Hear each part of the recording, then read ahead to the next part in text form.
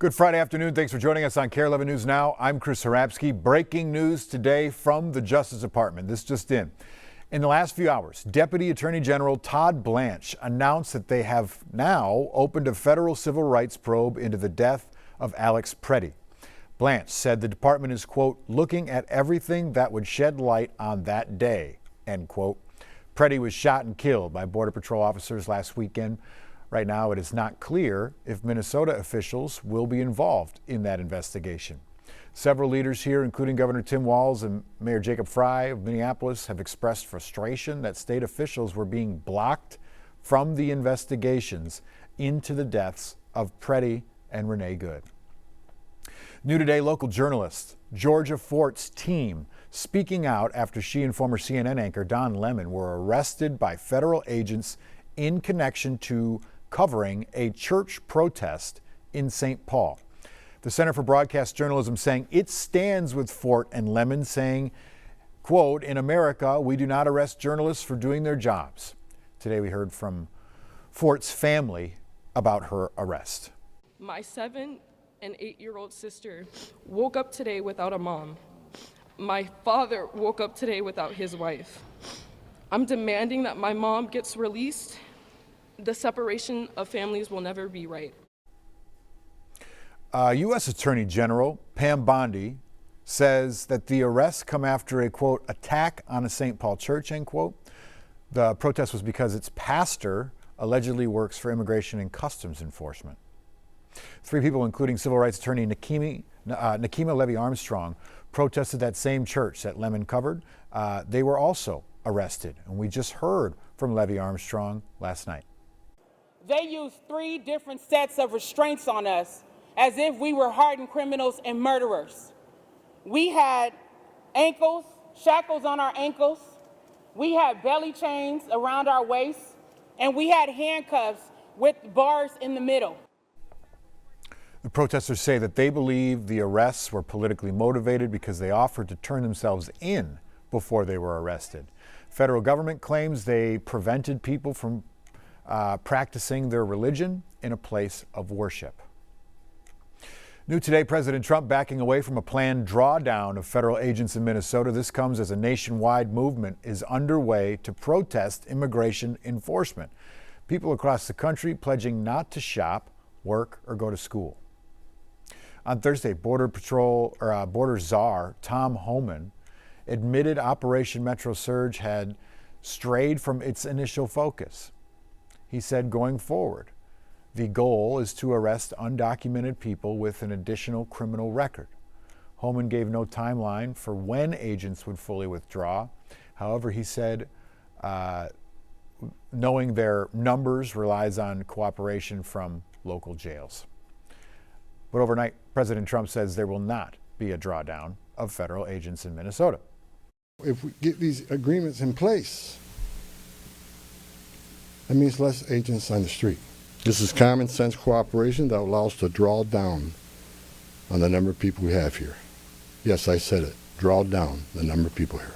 Will you be pulling back immigration enforcement agents out of Minnesota? We want to keep our country safe. We'll do whatever we can to keep our country safe.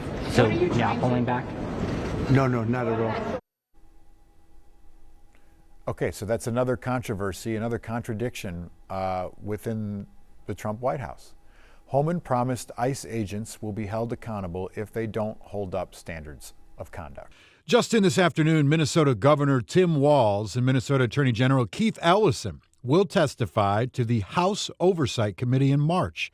According to a post from the House Oversight Committee X account, both officials will be there on March 4th to talk about the fraud crisis in Minnesota. Republicans say Walz and Ellison have been complicit in allowing the fraud to take place. The fraud is the main reason the Trump administration cites for the current immigration enforcement operation happening in the Twin Cities. While we wait to see if that cooperation plays out, we want to highlight a historic lack of cooperation in federal courts, not from local officials, but from ICE itself. Federal Judge Patrick Schiltz saying that the federal government has violated nearly 100 court orders, all involving the basic right to due process. Kent Erdahl takes a closer look.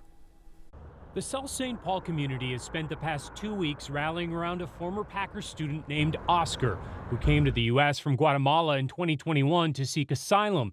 And despite following that legal process, graduating high school with straight A's, and even gaining approval to work, court documents allege that he was picked up by ICE at work on January 10th and taken to the Whipple Federal Building.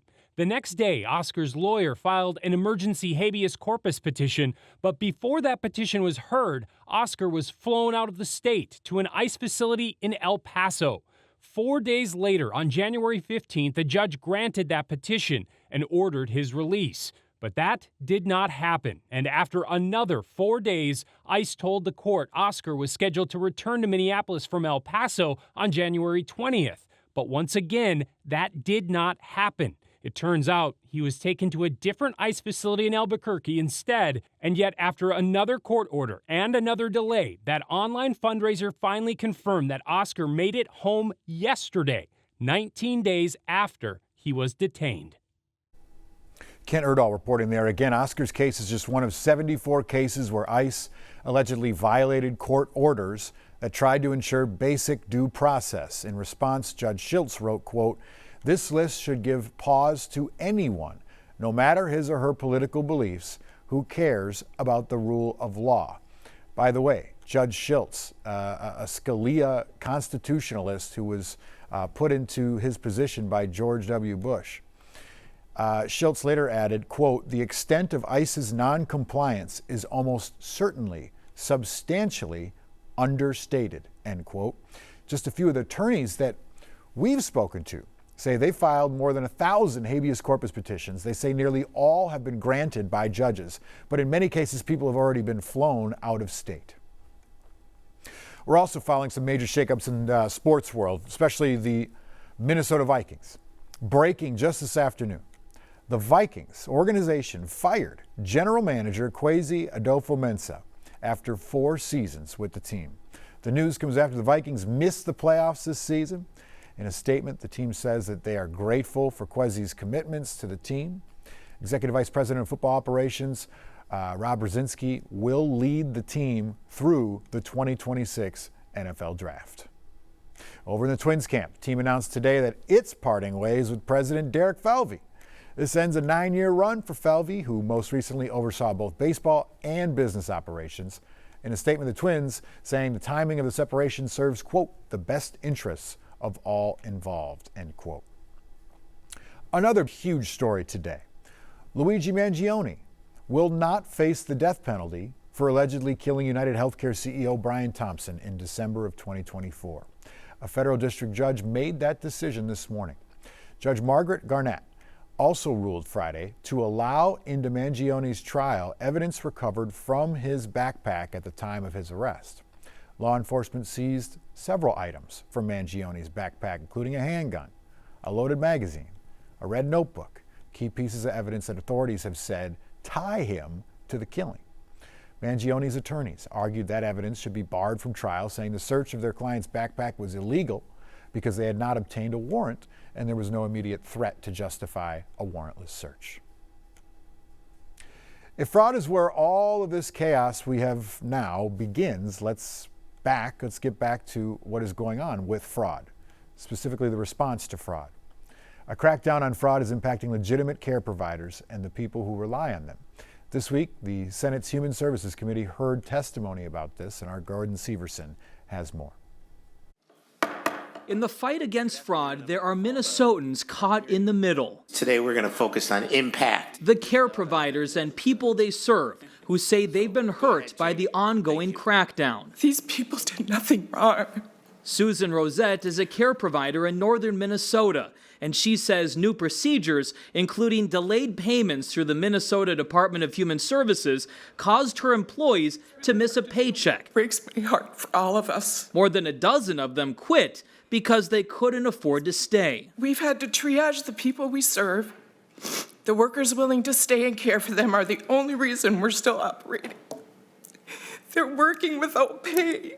And with fewer workers, many providers are now scaling back their services. If you can't have somebody get you out of bed and get you out to the bathroom, you can't stay in your home. Clients like Zach Johnson and Matthew Gustafson say they're worried they might lose their home. So please just don't take away my place that I live at. Legal advocate Jonah Giese says he is personally working with 30 clients who may lose their home and says he's hearing hundreds, possibly thousands of other clients are also at risk. The vast majority of my clients have ended up in emergency rooms. Again, emergency rooms, homeless shelters, or their parents' basement. Providers say they understand fraud is an issue, but they're hoping the state can address it without hurting people in the middle who rely on services to survive. The recent policies have created a vacuum of unknowns, instability, and crisis that did not need to happen. Besides the people who spoke this afternoon, Senator Hoffman also shared the story of a care provider in the Duluth area who is serving about 500 clients with a staff of about 50 people. And she had to close her doors after 30 years. She even tried to get a second mortgage on her home, Hoffman says, to try to make payroll, but she wasn't able to come up with enough money to keep it going. Gordon Severson, KARE 11 News. We're live in D.C. right now, where a tentative deal to avoid a partial government shutdown has been reached, but likely won't be voted on by tonight's deadline. That would mean a lapse in funding for some government entities at midnight. The deal between Senate Democrats and the president will fund the majority of government services through September, except for the Department of Homeland Security. We've gotten along very well. We're working on trying to get it to stay open. To make sure that we rein in ICE appropriately and make it more professional. Congress must stop them. The deal splits off immigration reforms, adding 2 weeks of negotiations. If the Senate votes the bill through today, the House would take it up on Monday. The weekend shutdown isn't expected to have major impacts, but more flight delays could be coming if it lasts any longer. And new today, President Donald Trump has announced on Truth Social that he will nominate former Federal Reserve Governor Kevin Warsh as the next Fed chair. Trump has been weighing choices for several months to take over for Fed Chair Jerome Powell. His term expires in May. I have some tragic news, too, from Hollywood today. Catherine O'Hara, who you know as Maura Rose in Schitt's Creek and Kate McAllister in Home Alone, has passed away. O'Hara has an entertainment career spanning more than 50 years and recently made a return to the screen in the new Beetlejuice movie and the HBO drama Last of Us. O'Hara was 71. Stick with us, we got more news and weather coming up after the break.